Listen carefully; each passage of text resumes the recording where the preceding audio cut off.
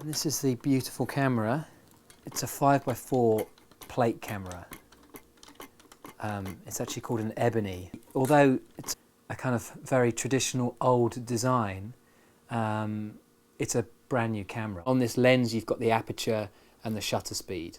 So this is the aperture, which is basically, you know, the size of the hole, or how much light goes through, alongside the shutter speed, so how quickly the shutter stays open.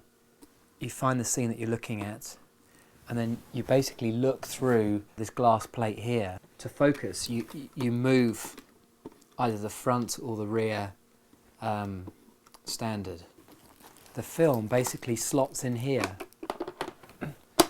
Once the film is actually in the camera, I can't see through the lens anymore. So you basically have to memorise where the actual frame is. In some ways it kind of helps because people are not sure when you're taking the picture.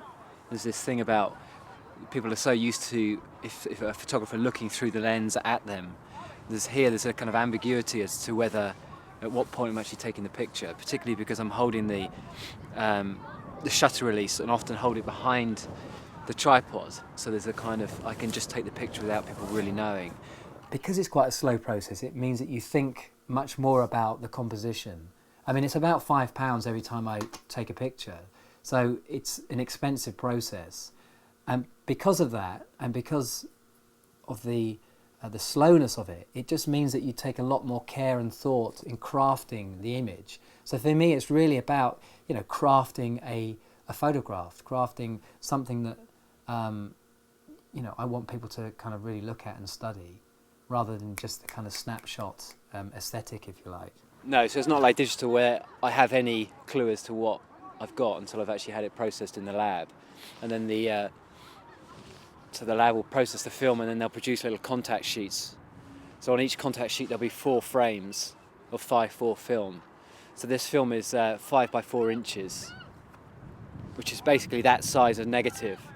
And what that means is that when you're blowing up the print, there's a lot less loss of quality than if you were blowing up from a smaller 35mm frame size. Bring the file to here, to the lab, where we then do some kind of test prints. So these are just small 10x8 test prints, just to give us a sense of the colours. And then we'll tweak the colours so that we're getting the right tones, the right colour balance, the right contrast. And then once we've got it right on a 10x8, we then do a series of these test strips, just checking for sharpness, checking for contrast, etc. And then from that, we then do the final print. And Bradford is revealed. The saturation is better. Yeah.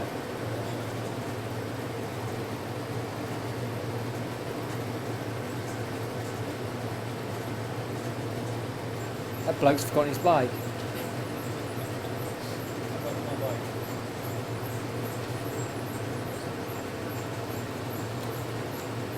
Where possible, this will be the final print, but sometimes there are things that you spot in the picture which you hadn't noticed on the screen, this kind of subtlety. So then there might be some, you know, some retouching or some issue with the contrast of the colour.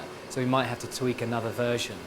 Once I sign the print off, it goes through to be mounted onto Dibond, which is it's a bit like it's a composite of aluminium and I think plastic, which basically makes sure that the print is rigid because they're quite large prints, they're 50 by 40 inches.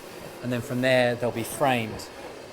We've had real oak wood frames made by local wood merchants because I really wanted a quite earthy feel to the frame. So rather than having laminate frames, the whole thing was a piece of solid wood. And now we're doing all the other elements of the frame and they'll be constructed here. And that's the kind of final process.